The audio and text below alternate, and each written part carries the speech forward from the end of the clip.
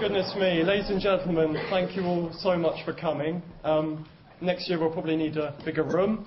I hope you're all not too uncomfortable, and particular apologies to the people behind me who don't have a pleasant view at this moment in time. My name is Scott, and I'm lucky enough to be the president of this wonderful society.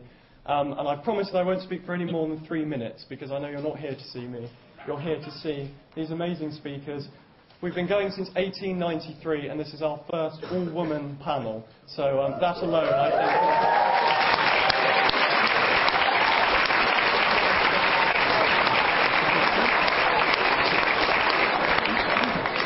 I just would like to go through very quickly what's coming up with DebSoc over the next week, if PowerPoint lets me. On Sunday is your chance to sign up. We'll be in the Great Hall. Please do come and see us, and if you enjoy this evening and you'd like to learn more about debating, meet some of the fabulous speakers that we have, attend some of our fabulous socials, and maybe learn to debate yourself.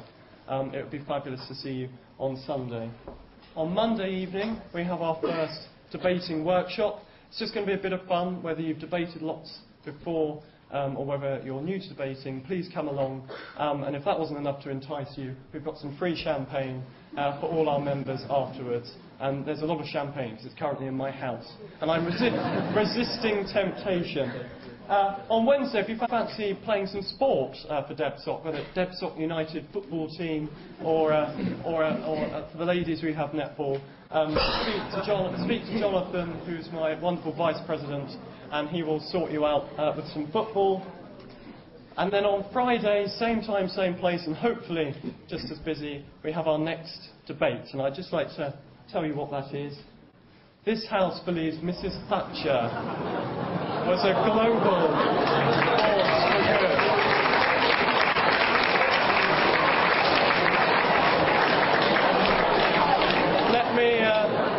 Let me tell you, you may have to bang again. Who knew Mrs. Thatcher caused quite such excitement?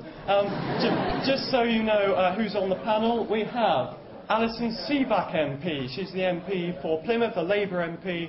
I'm sure you'll love speaking to her and perhaps having a drink with her afterwards and securing your summer internship. We have Nigel Costley from the Trade Union Coalition. He's very high up, a very senior trade unionist, and he is a fab speaker, very passionate and a very important man. Then we have local celebrity and man with a moustache, Percy Prowse. He's a Conservative local councillor, but you will see him during your time at Exeter. He's got a penchant for Hawaiian shirts, and he does some fairly extraordinary speeches and will be well worth coming. And finally, a lady who probably needs no introduction, but I'm very excited to tell you who's coming to speak. She's been in the news a lot recently for her disagreements with Holly Willoughby over baby names. Katie Hopkins is coming to DebSoc.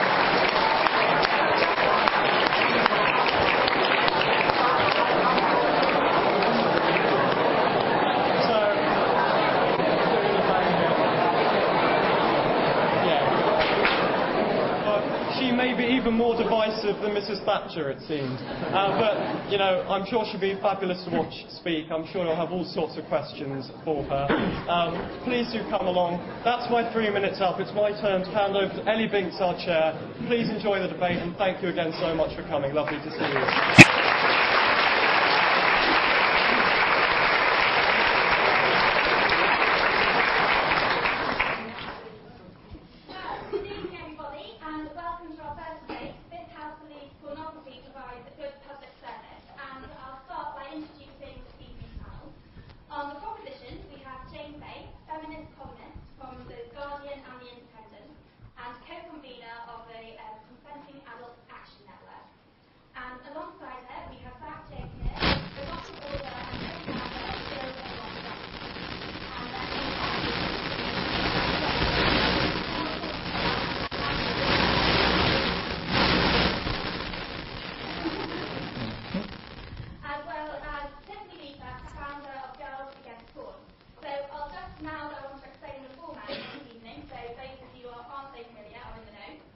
So each speaker will have 5 minutes to put their argument forward to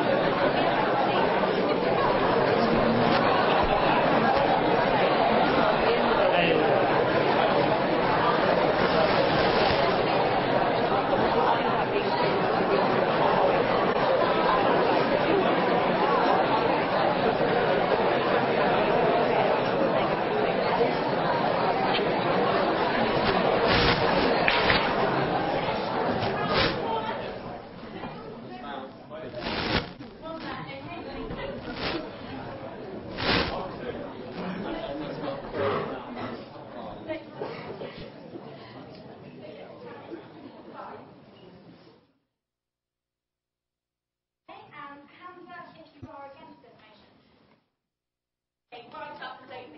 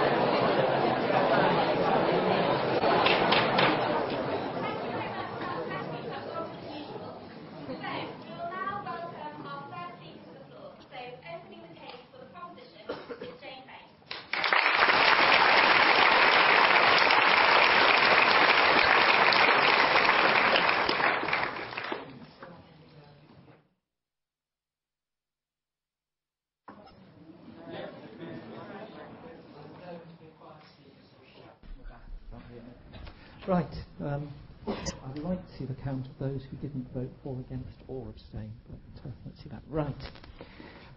My campaigning very often is for women's rights, but it is also for the rights of individuals against government intervention in the bedroom. That means I'm not very dogmatic and sometimes end up being a bit contradictory.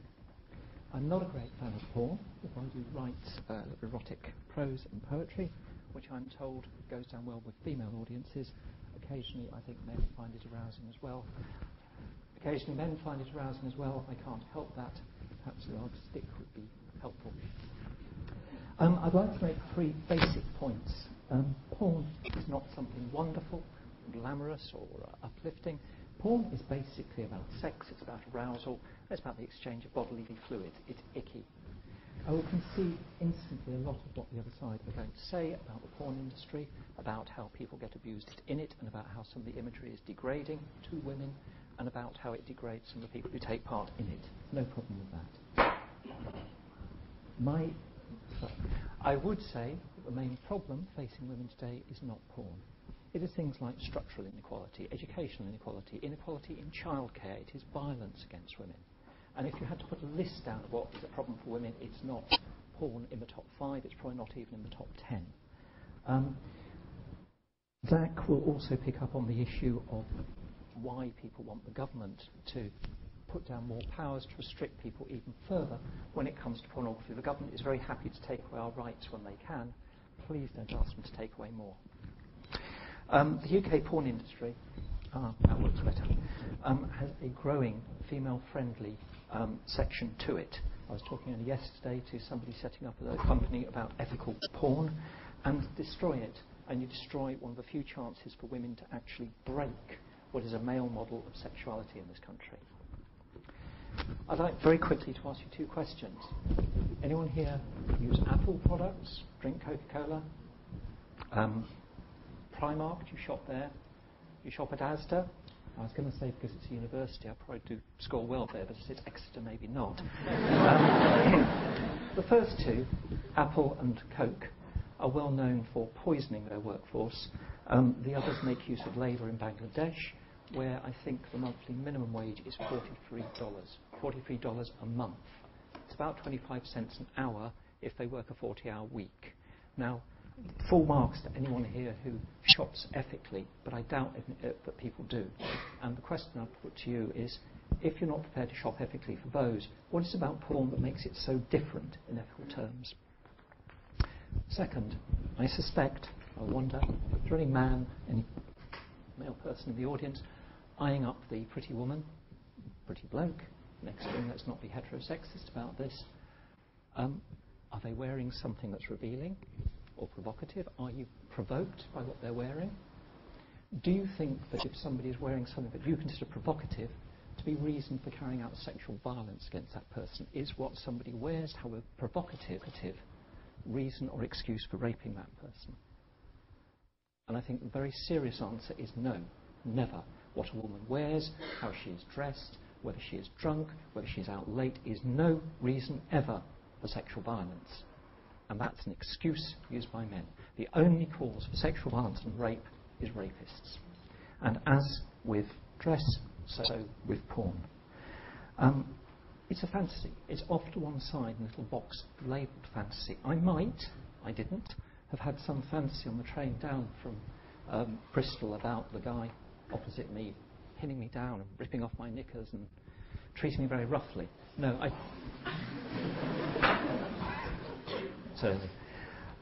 didn't have that fantasy, but even if I did, it's not real. It's no more real than Jason Statham or Vin Diesel going around with plausibly large weapons, killing people, being an invitation to murder people. It's not, and it's not an excuse for that either.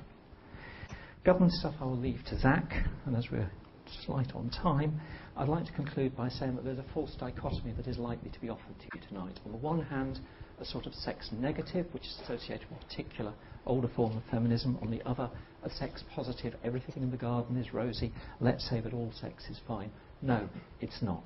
Sex negative denies the fact that many women use porn, take pleasure out of it, and it's a way for women to develop, to evolve a sexuality that is free of male imposition. That is why we mustn't destroy the porn industry in this country, because in this country, perhaps unlike in the States, we have a porn industry that is uniquely female-friendly, and therefore we should support it. The porn industry in the UK provides a good service. Support this motion.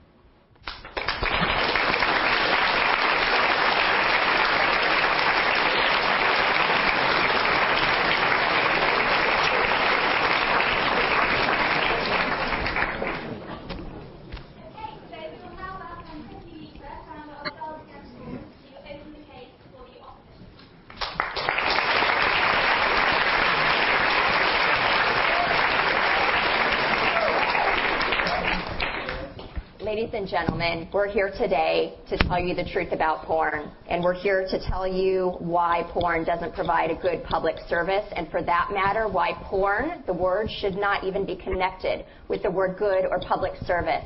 Because what we're about to tell you is going to move your heart, and it's absolutely going to make you sick. So keep that in mind. We don't get paid to fight porn. We don't get a paycheck to do that. I don't take donations. I spent several $1,000s to come across the pond to come talk to you guys about this. And that's because I've been affected by porn. I care about you guys and your relationships, and that's why I'm here today, because I'm trying to save your relationships, your marriages, and your lives from destruction. And you have to know that that's why Shelley and I are here today, is for you. I wanted to tell you about a little girl. There once was this little girl, and she absolutely loved this little boy to death, and she prayed for so many years, and she said, I wish I could just be with that little boy. They grew up together. They loved each other. Eventually, one day, they did, and her prayers came true. And it was marvelous. She was so excited. And they went ahead and went with the relationship, and once the relationship started, the little boy ended up pulling away. He became somebody different. He became angry. He became sad. He was on the internet all the time, and finally one day he came to the little girl and he said, I don't love you anymore.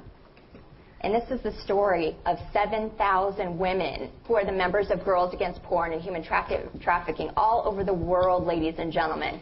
I have 58 pages from 7 years of my running of the organization.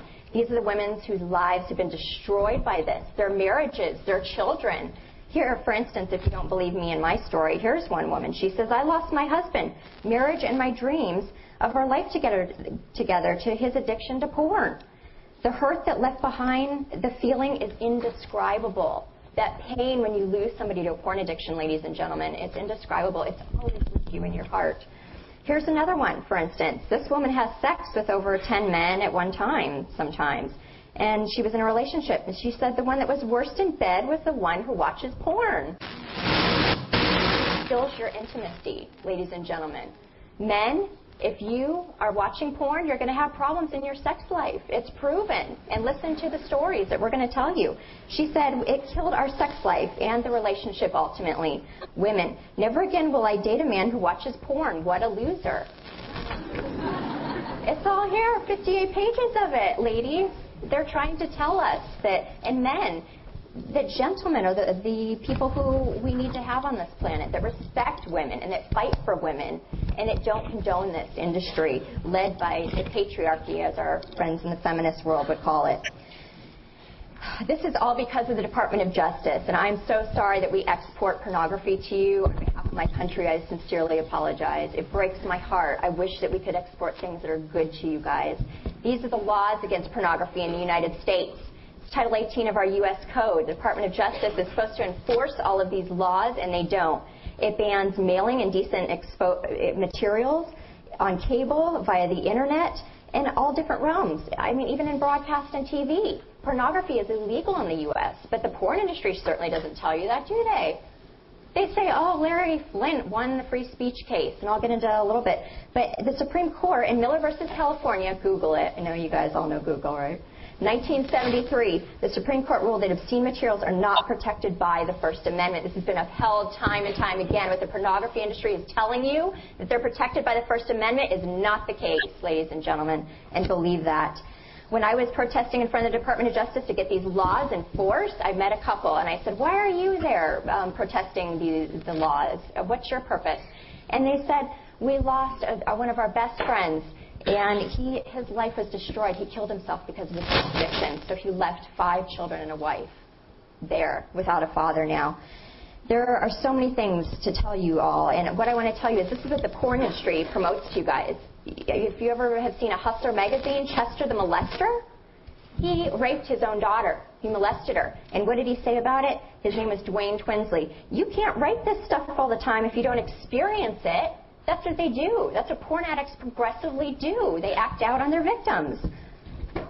Sir Walter Scott is an ancestor of mine. I was walking in England one day, in Edinburgh one day, and I have to read you his last deathbed quote. He said, my dear, be a good man, be virtuous, be religious, be a good man. Nothing else will give you any comfort when you come to lie here. And that's the truth. Bringing virtue, bringing the world as we know it to life. This is what addiction does to your brain, ladies and gentlemen. Porn involves trafficking, and it's servicing 20 to 30 little girls a day when porn and trafficking. It's all connected. So I ask you to consider that and help us save these little girls, please.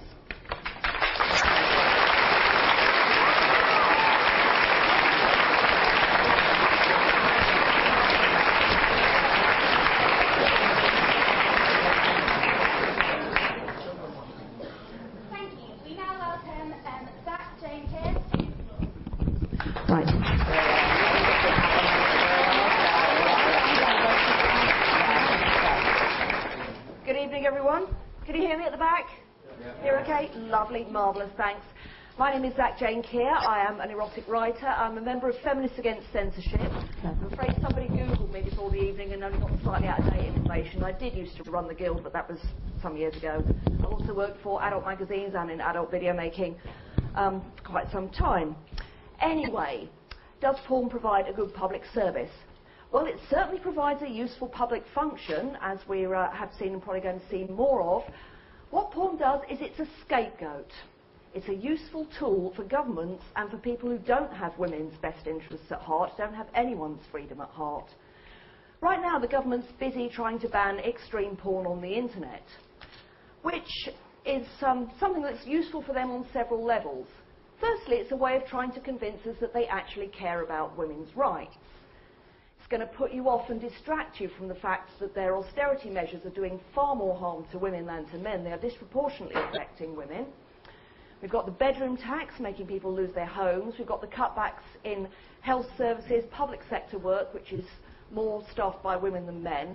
We've got the cutting of funding for domestic violence shelters and rape crisis lines and for women's health clinics. So never mind about that. They really do care about women because they're trying to ban porn. It also takes your mind off things like whether or not to go to war in Syria if we can be having a big fight about what images you can and can't look at on the internet. Another way in which porn provides a useful scapegoat is once you start convincing people that there are some images, some acts and some thoughts that are too horrible for anyone else to see, you can say that censorship is a good idea. You know, we need to stop you seeing stuff for your own protection because it might upset you, it might hurt you, it might make you avoid heterosexual monogamy, which, you know, that'd be a really, really shocking thing. Not that everybody's into heterosexual monogamy, of course. Compulsory heterosexual monogamy is a source of quite severe social harm, actually. What else have we got? Censorship is always bad. It's never any good. Censorship is always used by the powerful against the powerless. Any form of censorship is always going to do harm to the weaker, to the marginalised, to the minorities. And let's not forget that the single biggest threat to women's rights is and always will be religion. Imaginary friends saying women can't do this, women can't do that, will hurt men's feelings. Oh, my imaginary friend says you mustn't do it. Yeah, that's no good. Porn also gets blamed for a lot of harms that are actually to do with the wider culture, what you could call a patriarchal capitalist society. You could say that mainstream culture is these days something of a culture of cruelty, and then wonder why some porn is a bit unsubtle and a bit uncaring towards the roles it portrays. We've got a culture that currently thinks entertainment is putting mentally vulnerable people on TV, pushing them till they break and laughing at them. Look at Big Brother and the X Factor. And when it comes to giving women a poor image about their bodies and feeling bad about themselves, look at the average celebrity magazine. Oh, she's gained weight. Oh, she's lost weight. She's got cellulite. She's got a zit.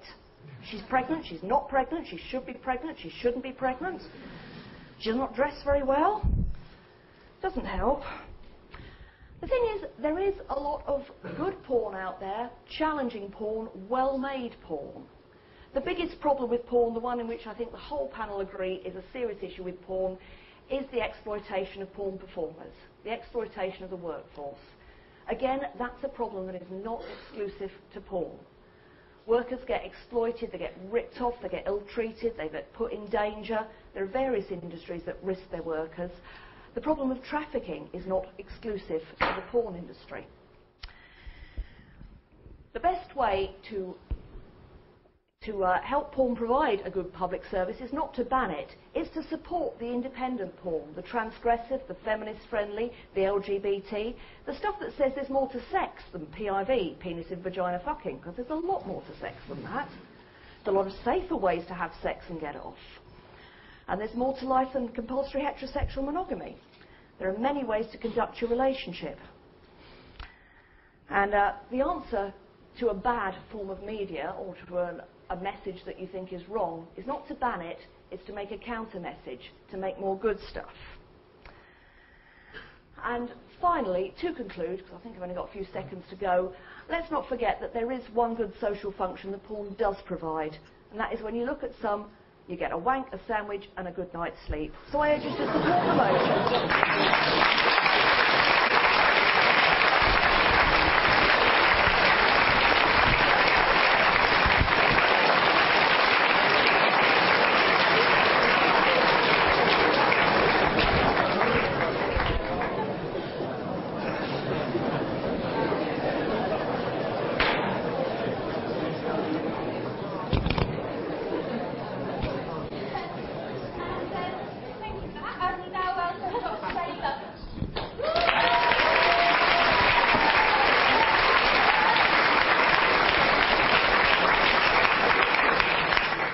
Can you hear me? All right, wonderful. Great. I am so honored to be here. First of all, to tell you I came all the way from California. I brought the sun with me today, so you should be happy about that. I really am enjoying London, so thank you so much for having me, Mr. Chairman, or Ms. Chairman, and Mr. Chairman over there, and ladies and gentlemen. The proposition would have you believe that all other industries exploit women like porn does, or that pornography is harmless, it doesn't hurt anyone, or that we should have free speech, and we should be able to have our pornography. But what I want to show you is, because I am on the panel and the only one that was there what really happens in the porn industry. Let me give you a quick background. I represent the world's largest porn industry, which is in California, where 90% of the world's adult content is produced. I worked for them. The porn that you download is pretty much from the San Fernando Valley, right by where I live. And what I want you to know is that the porn industry definitely exploits, hurts women, as it is a totally illegal industry. Most of the movies are filmed in private locations, dominated by males with maybe 3 18, 19-year-old, 20-year-old girls on the set with maybe 6 to 8 males, force them to do sex acts they don't agree to. I was raped. I was forced to do sex acts I didn't agree to, and if I didn't do them, I was threatened that I wouldn't get paid, or worse, that they would hurt me and my daughter. I was a single mother who had no other options. After about 30 movies and thinking I didn't have any other options, I caught 2 sexually transmitted diseases. Because the porn industry lied to me and said, you will be kept safe. Don't worry, we test every 30 days. Well, that test is pretty unreliable after about the second day when you go out and prostitute yourself. You don't think porn stars are prostitutes? We make a lot more money with a porn star name prostituting ourselves in 2 hours than what we would make in 8 hours on the set, being subjected to bodily fluids, feces, blood, urine, vaginal, semen, and fluid. Everything. Would that be illegal in a hospital? Even here in the UK. Is it illegal for bodily fluids to touch skin here in the UK? Am I missing something? In the United States, it's illegal for bodily fluids to touch skin, and yet it happens every day in the porn industry. In fact, right now, within the last 2 weeks, we had 5 HIV infections, an outbreak in the world's largest porn industry. Every time you click porn, you contribute to that. You contribute to people like me. You make the demand on us.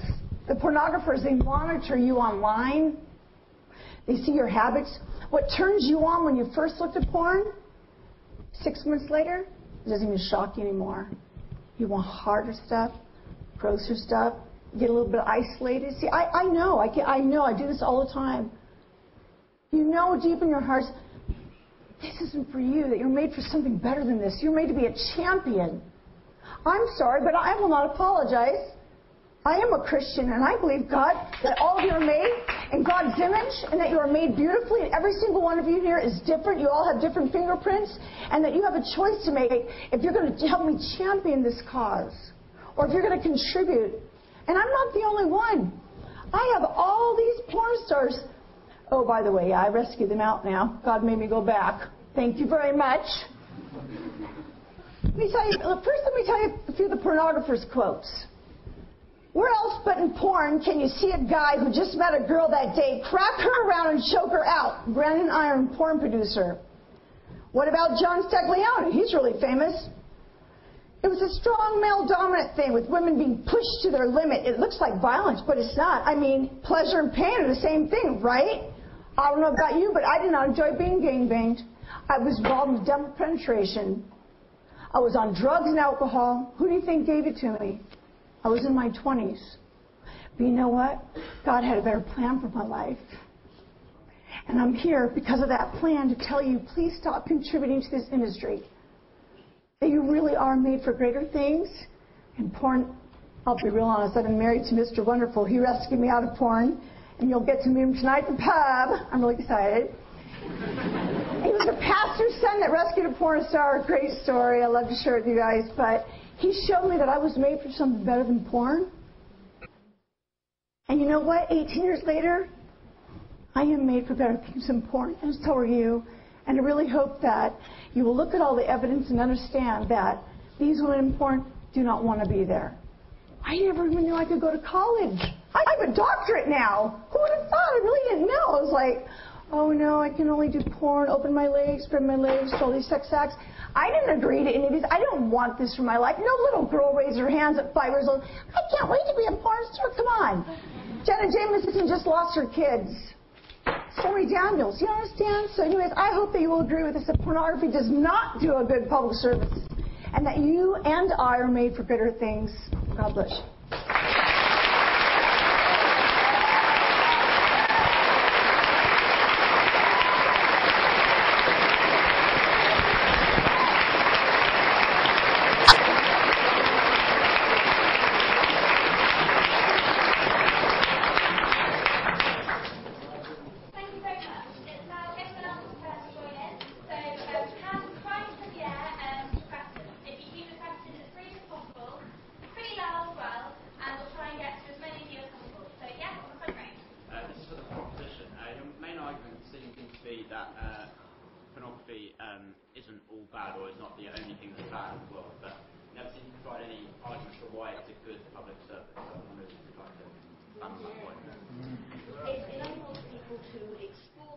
sexuality, liberate themselves perhaps from narrow superstitious ideas of women always being passive in sexuality. It supports diversity, teaches people that they're not alone, and can comfort people if they are lonely.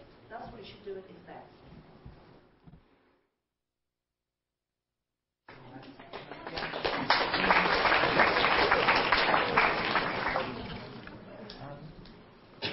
Yes, it's a difficult issue because I wouldn't necessarily have worked with that question in the first place.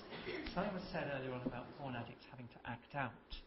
Now, if you're saying, does it provide a good public service?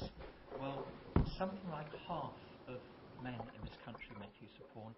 Something like a quarter of women make use of porn. So it's doing something, and it's doing something perhaps that a large number of people consider to be positive.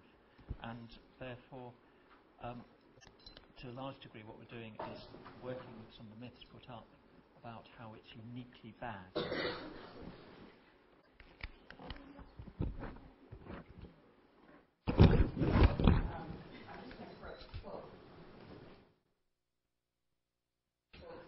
Scruton, one of your British scholars who I absolutely love, and Princeton, and he said porn addicts in the social cost of pornography, which is a book that came out listing every single thing. You can Google it, an academic study that was done from doctors, psychologists, and everything. Lots of great research in there. He said porn addicts, they risk the loss of love in a world where only love brings true happiness, right? Because they're replacing love and an intimacy with lust. When you replace love with lust, you lose any type of intimacy that ever was there. Men, when you're watching porn, not to assume, I'm sure some of you we know do. And so when if you are having sex with your girlfriend or whatever, if that's the case, which I hope you aren't before marriage, but sorry, we're Christians. You're going to have problems in your sex life. I mean, it's documented. So what I'm telling you is it does not, it brings men to an isolated place. When I told you about the story of the little girl, that was my story. I was the little girl. So the boy that I grew up with and who wanted to marry and planned to isolated himself, completely detached from the world. This is what a porn addiction does. I experienced it. And if you look at all these blogs from all the women, they will tell you how their husbands are completely moving away from them. They leave the families. They even commit suicide. So you want to tell me that it does a good public service and it's empowering women? Unbelievable. It doesn't. It's destroying. I have nothing to say. I want to go to a better question. The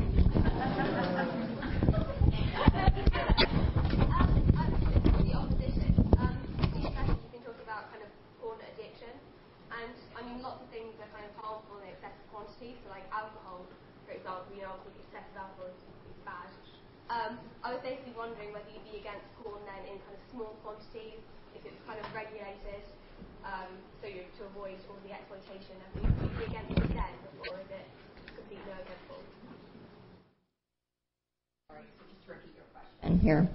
I'm sorry, just repeat your question in case nobody heard you. You said if it was allowed in different increments, then would we be for it then? Yeah, if it was in smaller quantities, like kind of alcohol, excessive alcohol is harmful, so excessive porn would be harmful.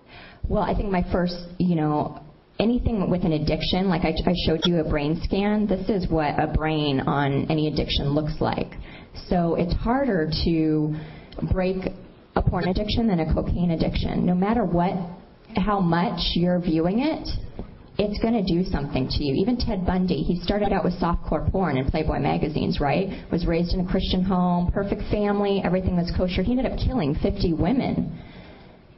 So if you do brain scan studies, if you know anything about neurology, you know that the progression of porn from dopamine and serotonin, you keep having to act out. It doesn't matter how much is readily available. It still is going to be doing damage. And there's tons of research with that, too, that we could go on and on for hours about.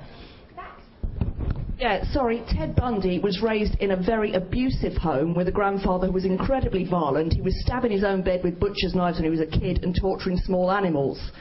So this was a child who was very, very messed up by abuse in the home, way before he ever saw any pornography, and there's no actual record that he did. He just claimed he did when he thought it would get him off the death sentence. Thank you.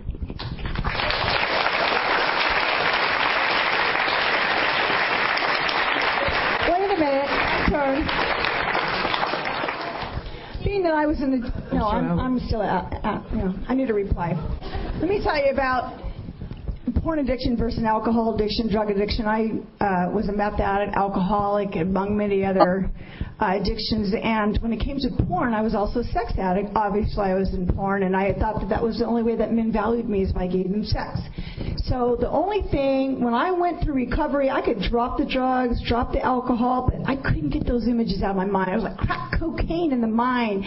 You have no idea the images, and I know some of you in here are viewing porn, those images just haunt you, no matter what you do. And it took years, 8 years of rehab for me to finally get those images where they didn't control me, they didn't haunt me, and get on my mind.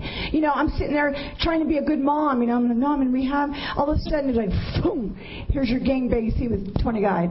Boom, here's your scene with like 5 guys. Boom, there's your scene where you're like abusing that woman. I mean, it was overwhelming, it was uncontrollable. So porn is a whole different beast than any other addiction, for sure.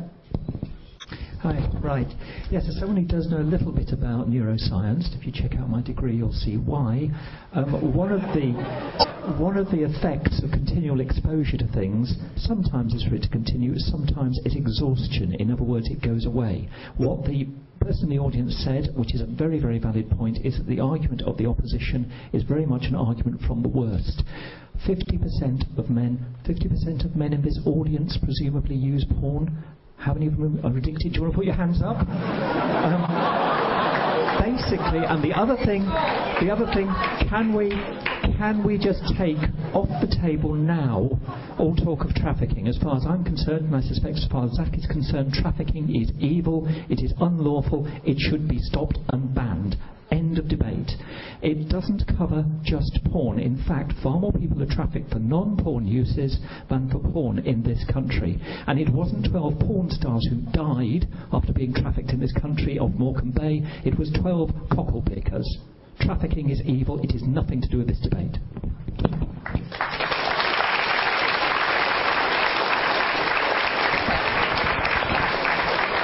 I'm sorry, I just want to do a fact check because I know James Dobson, who did the last interview with Ted Bundy. He's a friend of mine. So he did the very last interview that was granted, and he said in his own words that he came from a good Christian home. What are the last words that he said before he died? And he wanted to get that known. It's a fact.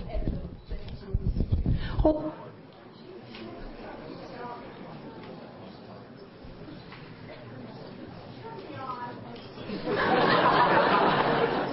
okay, she mentioned something about porn stars died. Let me tell you about how many porn stars died in the last 10 years. 205. And the majority of those from AIDS, suicide, drugs, and suicide. No other industry, not even the music industry, has killed more people due to those reasons, AIDS, suicide, and drugs, than any other industry. In fact, just a few weeks ago, someone died from a drug overdose. And remember, in the last week, I went to Canada, and there was 2 HIV infections. I come back this week to England, and there's 3 more HIV infections. 205 people out of about 2,000 workers. Think about that in 10 years.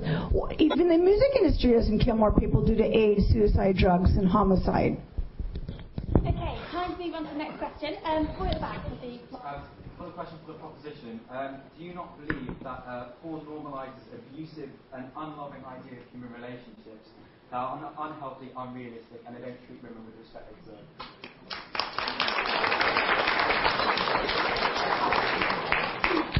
I need this on. Not half as much as religion does. There is a massive threat to women's freedom from both fundamentalist Islam and the American religious right, who seem to be more and more intent on reducing women to the status of breeding animals. It's the American religious right saying things like women if they only get properly raped, they can't get pregnant, and all this insane nonsense turning women into walking incubators. I think that's a far more dangerous prospect for women than a lot of people enjoying consensual sex in front of a video camera. I don't disagree with you.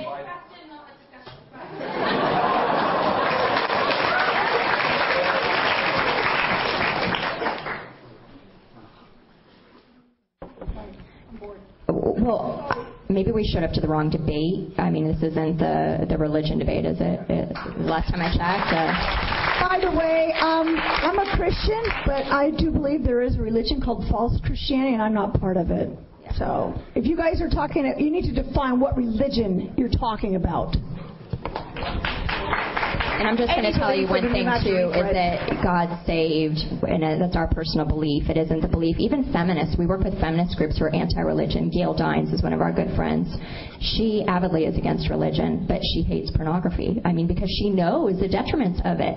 And even though God saved Shelley and I, we can all come together from the liberal, from the left, from the middle, whatever you want to call it, on this issue.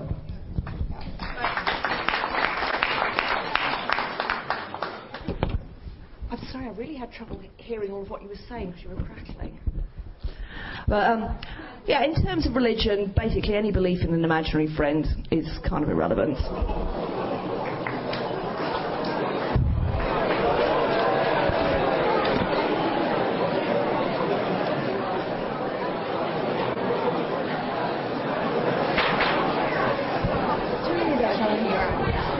Sorry, but here's the deal. I'm just going to be real with you guys. I was there, and they weren't, okay?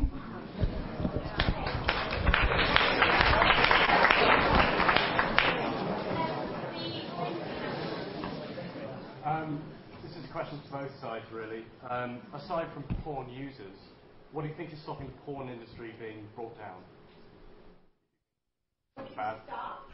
What do you think is stopping the porn industry being brought down, whether or not you think it's a good thing?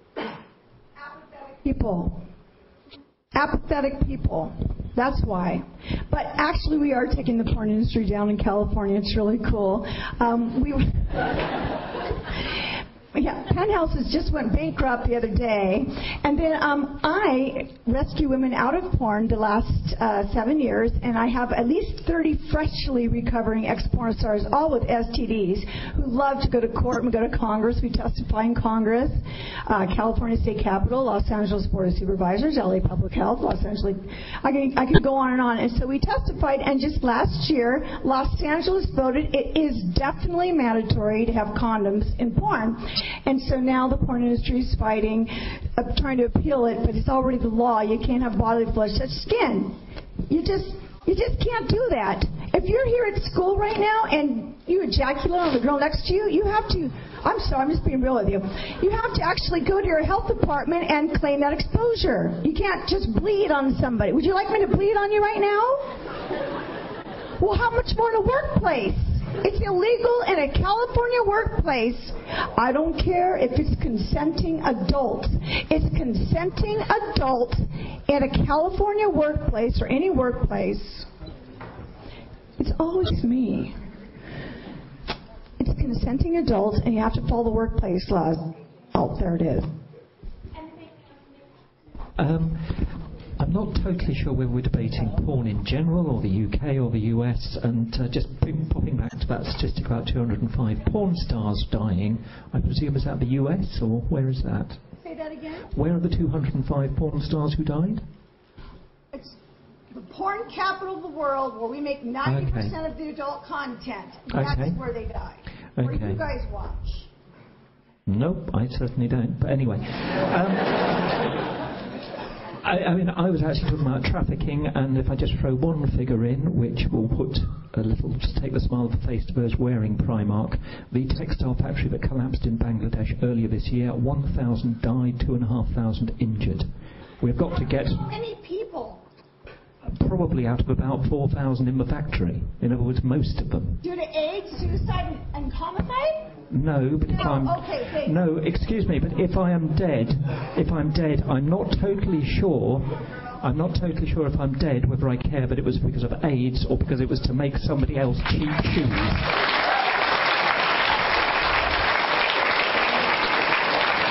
Right. The question quite simply was, why is the porn industry not being brought down? I very much doubt it can be in this country, and the reason it can't is because it is illegal, or it's as illegal as it is in the States. It is illegal to produce obscenity, it's illegal to produce indecency. The problem is that if you look at the history of the Obscene Publications Act, the Crown Prosecution Service brings about 80 cases a year now, because no jury seems prepared to convict on almost anything. So go out and ask the public why they don't convict. And if you look at the extreme porn law, it doesn't convict extreme porn. It has almost infinite problems convicting extreme porns. It basically stops pictures of people shagging dogs. It's been used against one person, more or less brought them to suicide for a CGI picture, and it's been used by the Met to persecute a gay barrister who questioned Met corruption. The law in this country doesn't seem to work, so where do you go from there?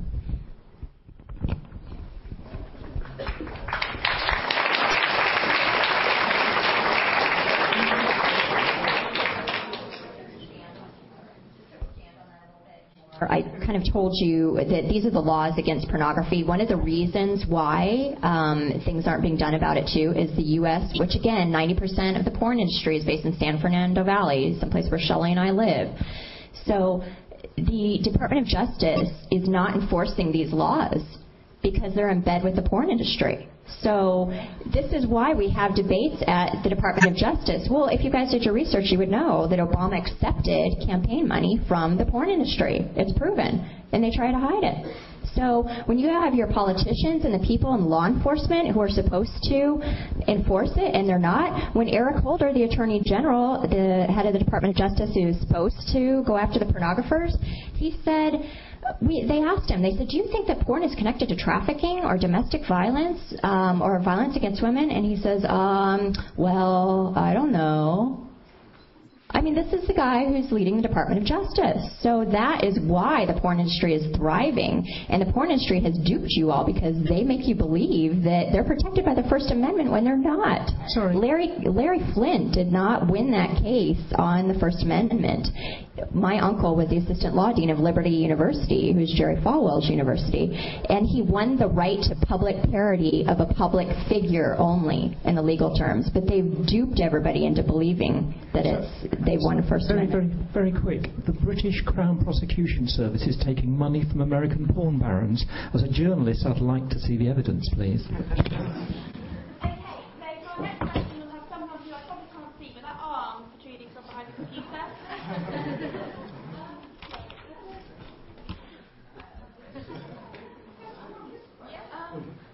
This is in connection to human trafficking. Sorry, I know you wanted to put that away, but do you not think that the fact that 80% of the people who are trafficked into the sex industry, does that have nothing to do with porn? Where are you getting that figure from? That is not the figure given out by ACPO. I've just done the project, so it's from UNICEF, it's from all kinds of trafficking things, it's from but they are. I think the problem with trafficking, I mean, this could get to be a very, very academic debate. The figure that I'm basing on is the figure given by the British Association of Chief Police Officers, who one assumes know something. Figures are bandied about left, right and centre on trafficking, and some of them are thoroughly flawed. I don't know the one that you're talking about. ACPO do not reckon that the majority of people trafficked to the sex trade.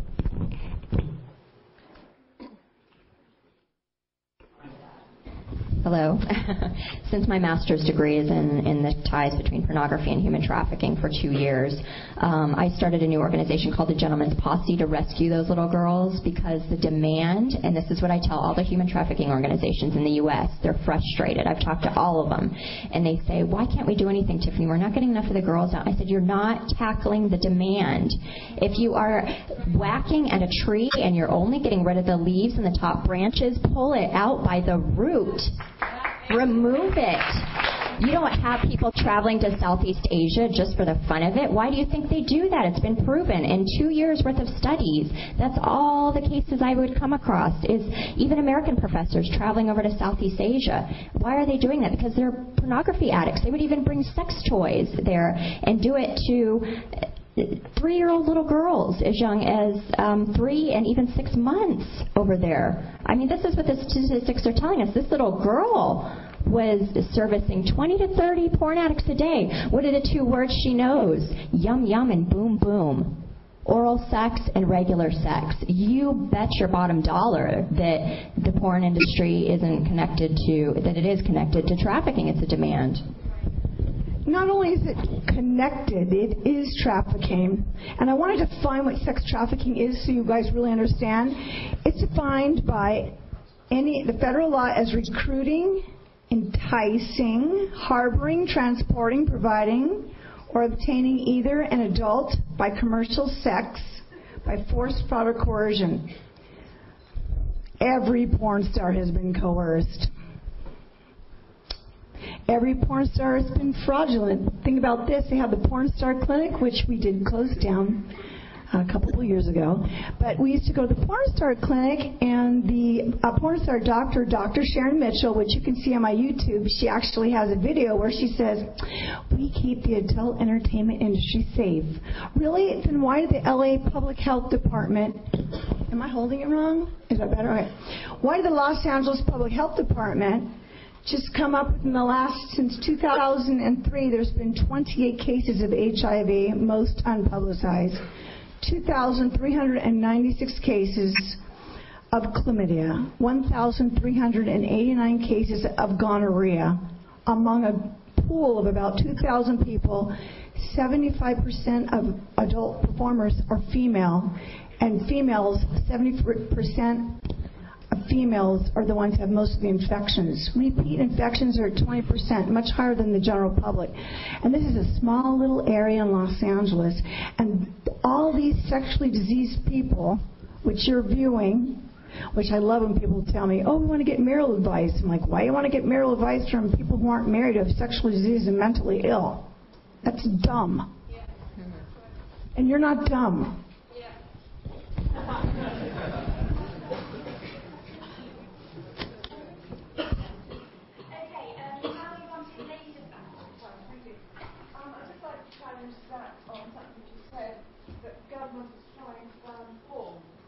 This is not actually correct. The government is actually giving people a chance to protect their children from pornography.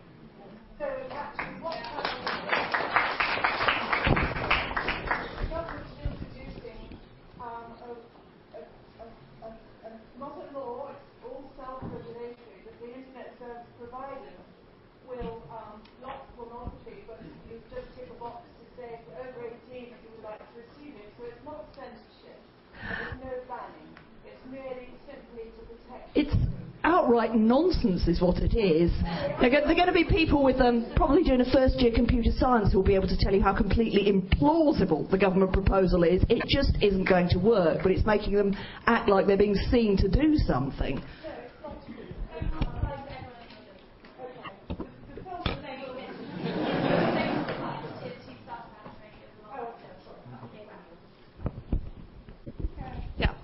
As I say, it's technologically implausible, it's arrant nonsense, and it's also, the government is basically, like all governments, gagging to get their hands on control of the internet to suppress what people can communicate to one another. Blaming porn is just an excuse. It's a load of old nonsense, this opt-in, opt-out stuff. Not possible. But then why is every country, Palestine in the last couple of weeks, planning to block porn then? Why? Why are the governments, why are we helping the Jordanians try to block it? Why is Iceland? You have countries that this is their solution because they are tired of the crap that we export to them. And so are we. So they're having their governments try to do whatever they can. And if you want to say that it's an issue of blocking too much, well, it's better to block too much than nothing at all and hurt children. And the child abuse. Let's protect the kids. Let's not stand up for the patriarchy of the porn industry, which is violating them. Do what you can. Part of the problem is that people are mixing up two issues. One is about blocking pornography, some of which is lawful and some of which is unlawful, and some of it is about putting on controls for children. Part of the really big problem is that we are importing overseas values, attitudes and so on from here. And whilst I respect that the Americans have a culture of their own, it is not British culture. Let me give one instance for that: the American obsession with nudity itself being pornographic, the idea that breastfeeding is pornographic. And what we appear to have brought in is a series of blocks and controls that import standards of moderation that are based in the American Midwest and in the subcontinent of India. And if you look at what is actually being blocked, it's not stuff that's just hurting children. I was having a debate. Why I was having this debate, you can guess for your own reason, with a friend of mine in a shopping centre about the merits of Richard Armitage versus Jason Statham. And we went online looking for a shirtless picture of Jason Statham and a shirtless picture of Richard Armitage. Both blocked, both banned, presumably pornographic. Thank you.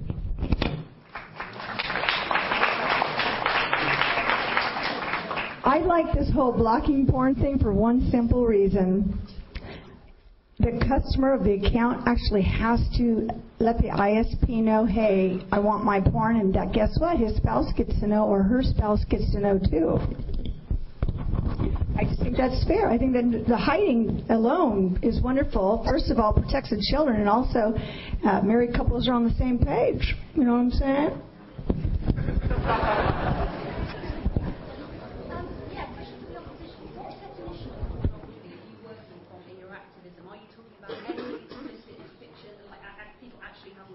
Film, or are you talking only about a specific section of sex films that, you know, are all across the internet? Okay, so what I told you before, and what you guys probably can't see, is when we're talking about 90%, that's why we're bringing in the Department of Justice. And Title 18 of the U.S. Code, Chapter 71, Section 1460 through 1470, it clearly defines obscene material, whether it's broadcasted, whether it's sent through the internet, whether it's distributed via mail. So this is why we brought this up in the first place, since 90% of porn is produced in the U.S. We should be going by a lot of their laws. And then you guys do have the similar obscenity laws, but they're not being enforced also. You have more extreme porn definitions than we do, but ours goes by a three-pronged test. If it isn't considered literary or for artistic value, so some may consider porn that could be artistic or for literary value. If it doesn't define those three in what we call the Miller test, when it's taken to court for prosecution, that's, or if it is against what anybody would deem as against community standards, then it is illegal content. If the jury does not find that it would be prudent to the community interest and that they all deem it as obscene, then they usually find it obscene.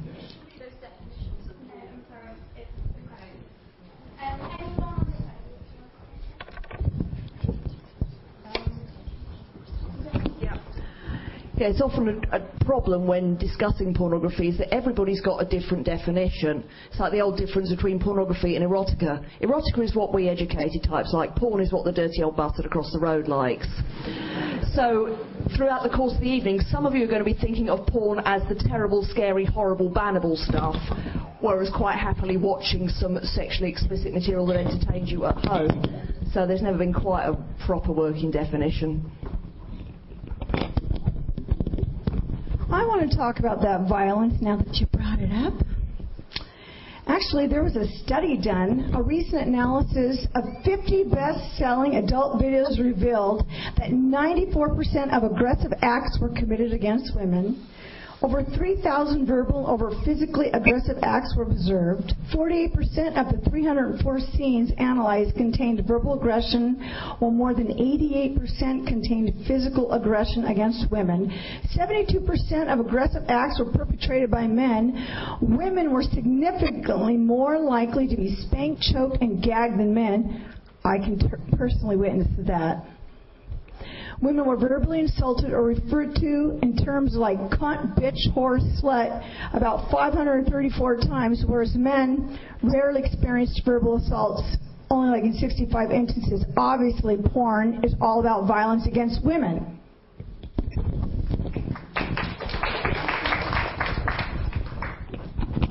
Yeah, I think it is worth trying to define what we are talking about. That would help. Unlike Zach, the definitions I came across was erotic is using a feather, whereas porn is using the whole chicken.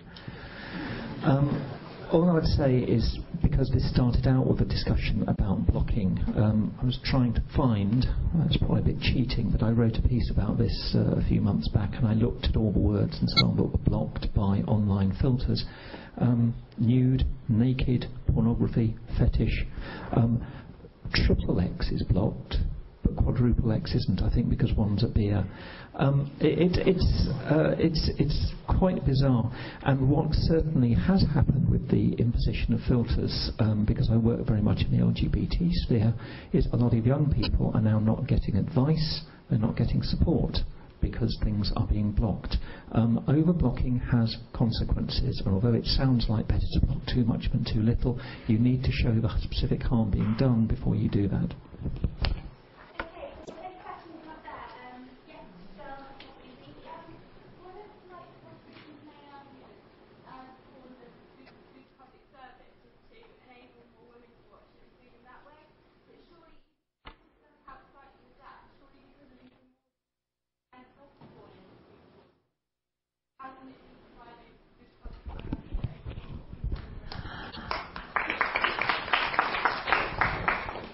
No, the idea of encouraging women to produce more porn is for porn to be more diverse in the messages it conveys, which it already is. I mean, people forget, if they haven't watched very much porn, or if they've only done the most basic service, that there's a lot of sexually explicit entertainment material out there, not all of which, by a long way, is in any way negative towards women. Some of it doesn't feature any women at all. Some of it's gay male porn, there's LGBT porn, there's stuff made by women for women's pleasure. There's a lot out there. The answer to what you perceive as a negative medium sending negative messages is not banning, it's making more and better stuff.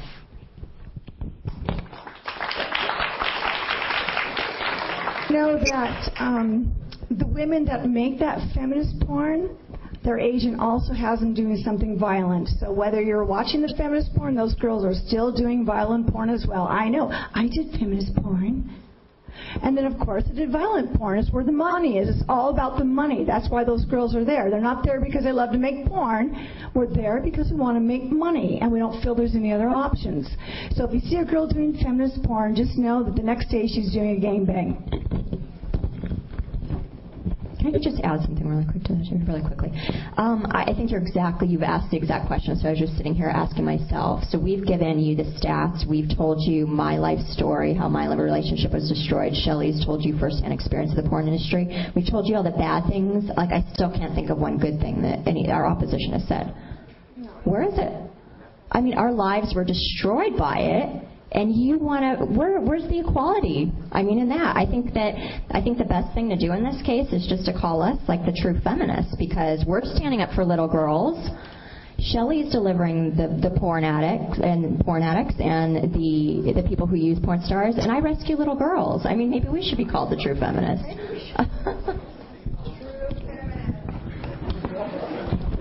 How can a true feminist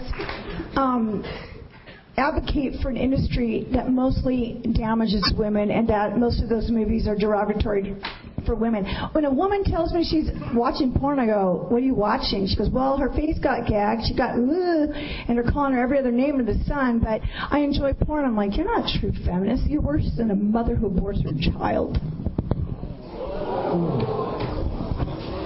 I think...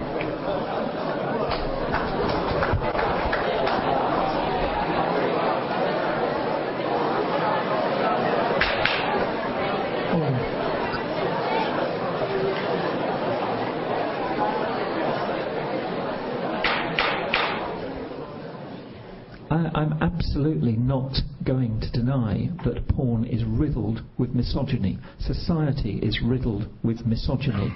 I've been working with various groups which are about victim blaming and violence against women, and it is there in virtually every aspect of society.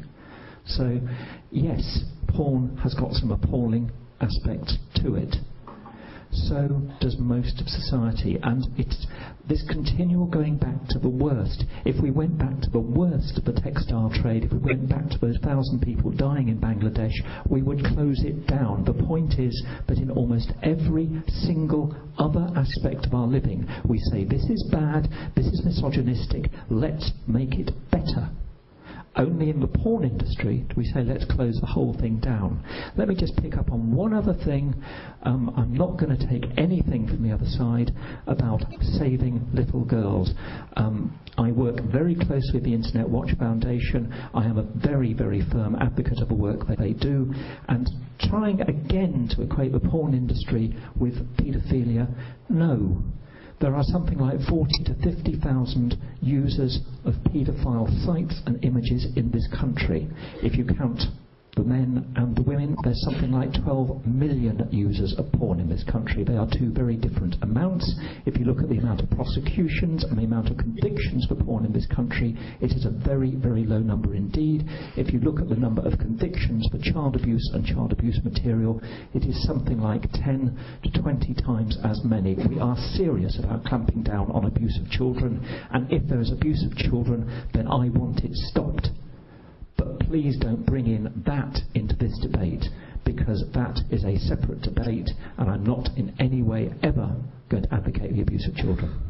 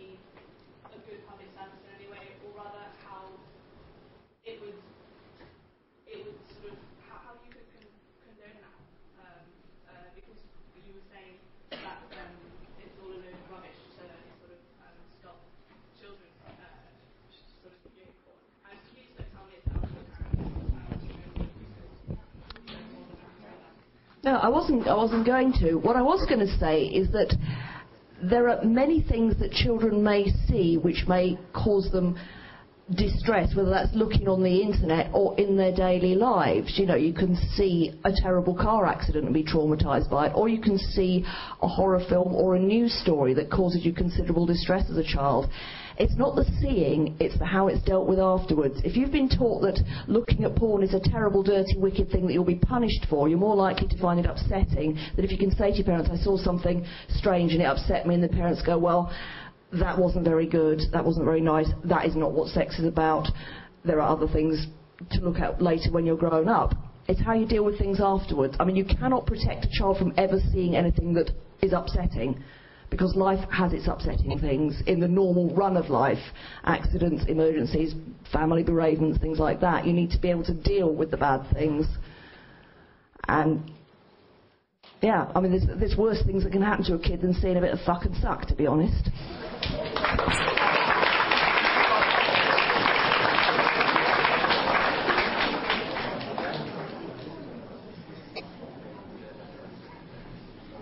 I'm a pretty frank person, you probably learned tonight, and I'm appalled that the proposition is not concerned with blocking access to pornography for children.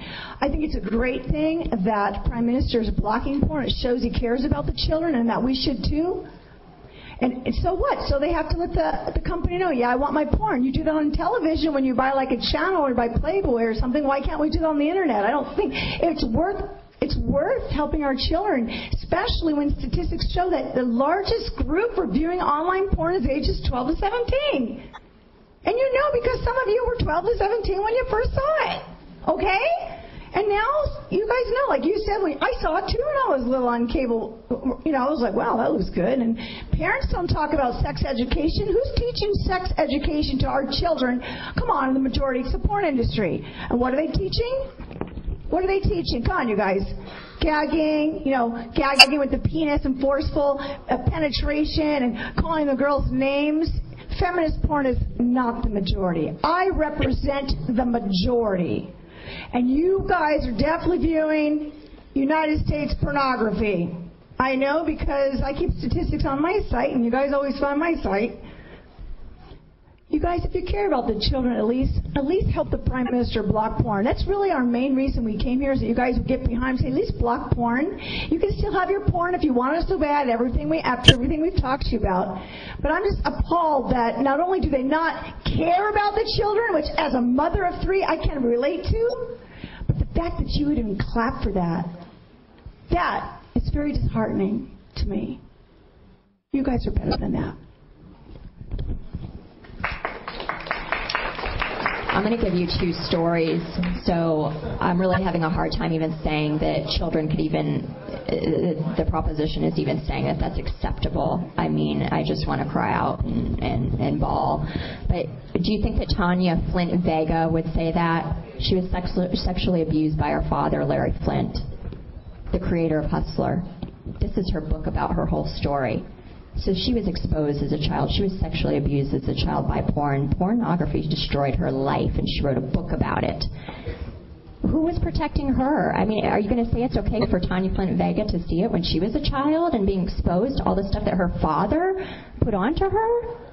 And my boyfriend, the reason I lost my relationship, he was exposed to only soft-core porn in Playboy magazines at a friend's house. And it completely changed him into somebody I had never, ever known. That's the reality of what you're exposing kids to. And because of it, it's destroyed so many lives, including mine. So I take offense to that. Protect the children.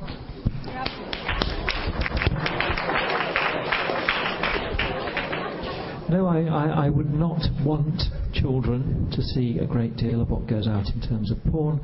The problem is we're talking about a period of life when children experiment. And what I know from having worked with having had a couple of my own, or one stepdaughter and one other, it's hard enough keeping them off the alcohol, and that is with grounding and locking of cupboards and God knows what else.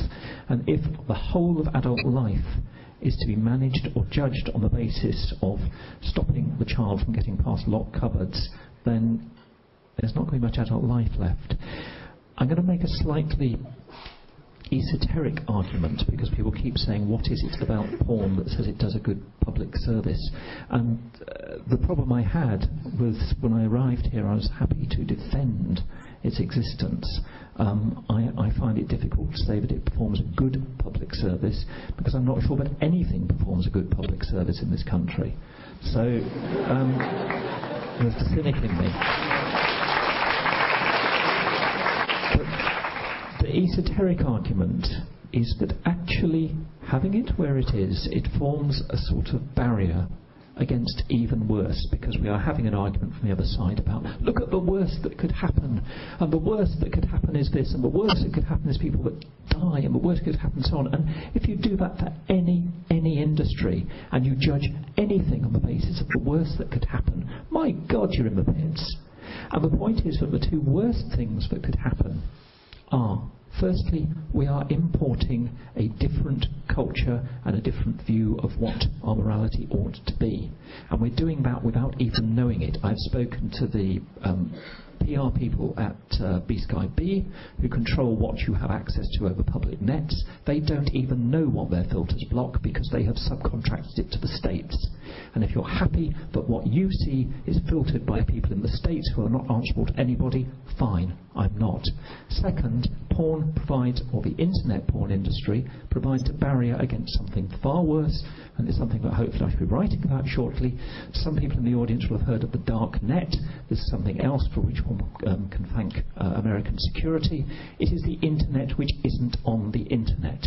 It's the internet which can't be patrolled, and that is where the nasty stuff is going. It's going onto virtual private networks and the dark net. And the more we control the internet, the more you are creating a criminal network off the net. So if you want to talk about the worst, then the worst, if we follow through these controls, is a totally uncontrolled net. Is that what you want?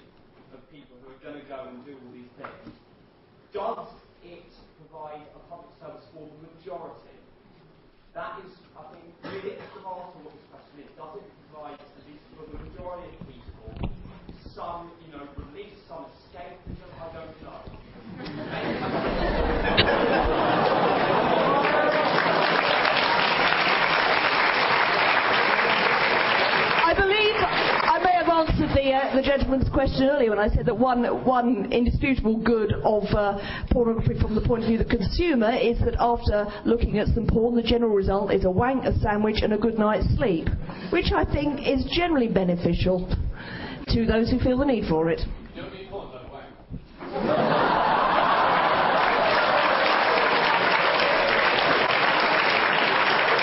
True.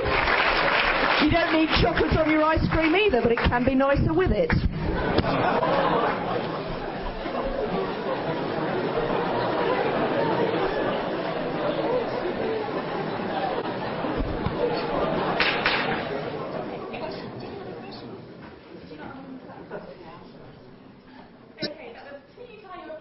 I want to hear him right there. I want to hear his question. Thanks for getting all the time. Level 2 on the side, but I believe why not to make the porn industry like fair way of making money? For example, this I can provide rights and protection to women who want to work with this. And this side can provide employability in the future. Anyway, like if we have more open-minded and not this open society, for example, on browsing the internet, the biggest thing I saw is porn. Like this debate society and pink right porn. Why? Why don't say rights? Why do they don't the writing of words, rights, debate, why not the porn? Why did we do emphasis on this? Why not every up and down everything and never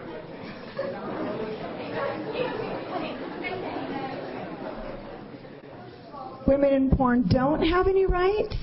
Okay, they don't know when they're on set in a private location that if they get exposed to bodily fluids, that the pornographer has to send them immediately to the doctor. That's the law in the United States. Remember, you're viewing our porn, 90%. And so they pay for their own doctor. They have to pay for their own STD testing. They have to pay for everything. They have no employee rights whatsoever, and they are employees, which has been defined by Los Angeles and California. And I just want to add that that in the United States there's only 2 states it's even legal to produce pornography. It's only legal in California and New Hampshire. The other 48 states, it's prostitution. And I looked under some of your prostitution laws, and your states that a woman can be a prostitute, but when there's 2 or more, that's an offense, so it's illegal in your country too. You need to check out your laws.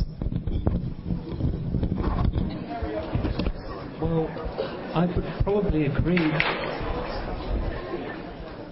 I would probably agree with the questioner, because really this boils down to a couple of disagreements between proposition and opposition.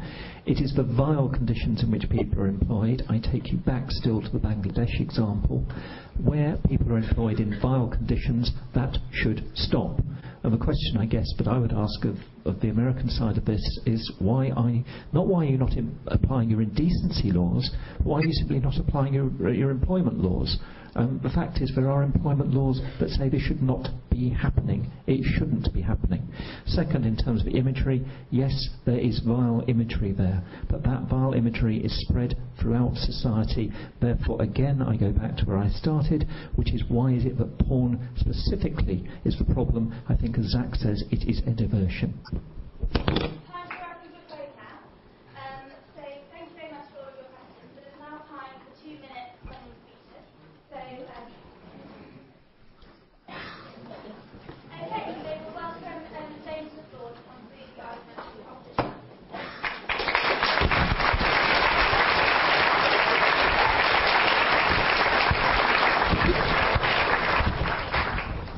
This is the bit where I realised I hadn't realised it was 2 minutes, and I was thinking I'd get away with a bit shorter, so it's maybe a slightly shorter speech.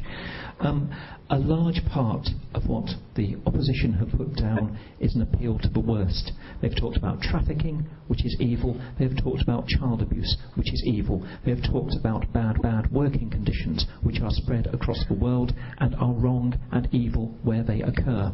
None of these are specific to pornography. All of them are things we should be working against. Likewise, misogyny, the degrading of women, abuse and violence against women. And I'm sorry, but it happens explicitly in porn, but look at Hollywood output. Look at the subtext of the imagery and the narrative that goes on in almost every film that comes out of mainstream Hollywood, and look at all the murders and the violence and so on that comes out of that. Now, which is influencing society more, which is sending more powerful messages? And my suspicion, in terms of mass media, is that Hollywood is sending at least as powerful a message. So the question again and again and again is, why pornography? Not that it doesn't do these bad things. I absolutely agree it does bad things. I am simply saying that it's not up there in the top of the list. Early this week, I spoke to a young woman. She had been a victim of sexual violence. She uses erotica, she reads erotica, she looks at porn. Is it because of what she has suffered? She doesn't particularly think so. Has she been brainwashed by the patriarchy? I'm not really sure. And in the end, I think trying to sort of suggest that is arrogant, it's insulting, it is self-defeating. Because in the end, I have faith in individual women, and I have faith in the fact that survivors will come through, and that if they say that they have agency in something, oh God, then they have. Is that the end of it? Right.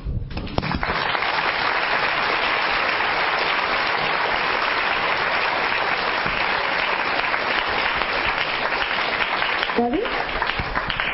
I just want to real quick address that issue about the Hollywood thing. Hollywood releases 400 movies a year versus 11,000 movies that the porn industry releases.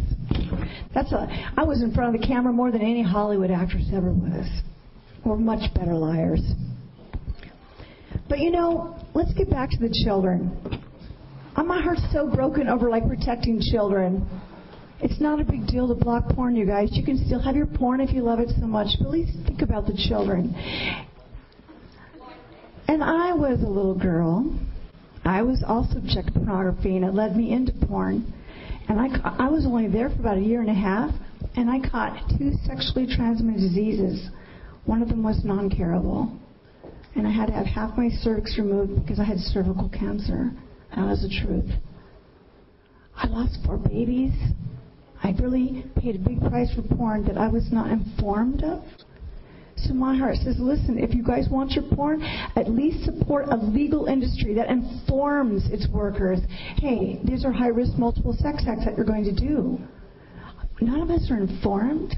These are mostly 18, 19, 20-year-old girls who think it's glamorous. But the truth is, porn is not glamorous. And I really hope that after hearing this tonight, that you'll support something better than this industry. You guys don't need porn. You don't need to waste your life going masturbating to porn. You're better than that. You're smarter than that. There's planets to explore. There's all these amazing things you can do with your life. Books to write, songs to sing, politics, all kinds of things.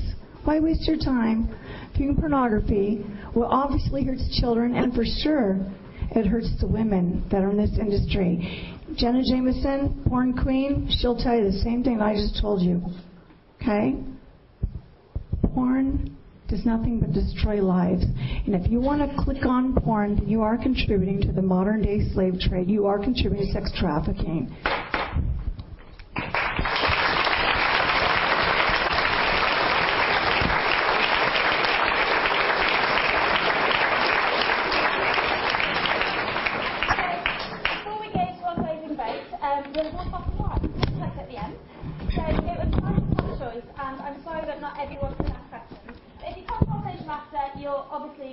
Plenty of opportunity to ask all the panel whatever you want. So, it was tough, but I'm going to award the bottle of wine this week to the boy in the blue jumper. I don't know your name, but you can stop. Well done.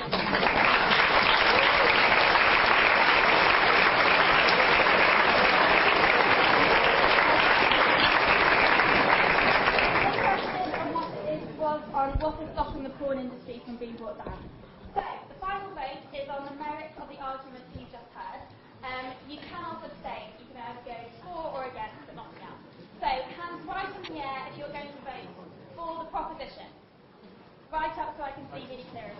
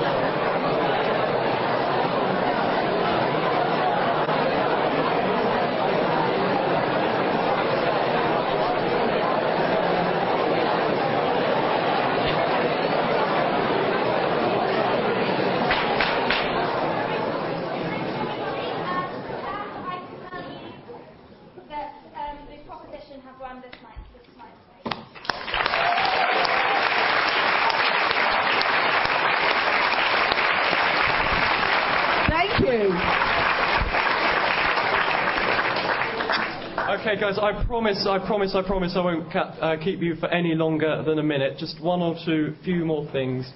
Firstly, some thank yous. Firstly, thank you, Amory Building, for not catching on fire. The amount of paperwork I'd have to have filled out for that would not have been good. Thank you to Jack, who I'm sure you've all met, our Vice President, who kept refreshing the screen throughout the week. Thank you to Emily Cobb, who is sitting there in a white T-shirt. She runs a fabulous little photography business and has taken photos of our debate, so thank you, Emily, that's really kind. Thank you to her campus and expose, who we've welcomed to this debate, and thank you, obviously, all of you lot for coming. Before you go, see you on Sunday. If this is the sort of thing you'd love to see every week, and it is like this every week, though this particular debate is probably of the like we will never see again, it is as fiery and as controversial as this every week. See you on Monday. It's in the Queen's Building. It's our free champagne social. We're going to have a little bit of a workshop and a bit of a few games first, and then on to that. See you Friday for Katie. She's going to be here.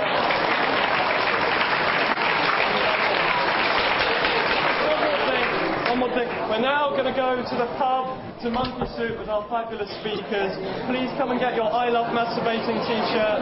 See you next week. Thank you.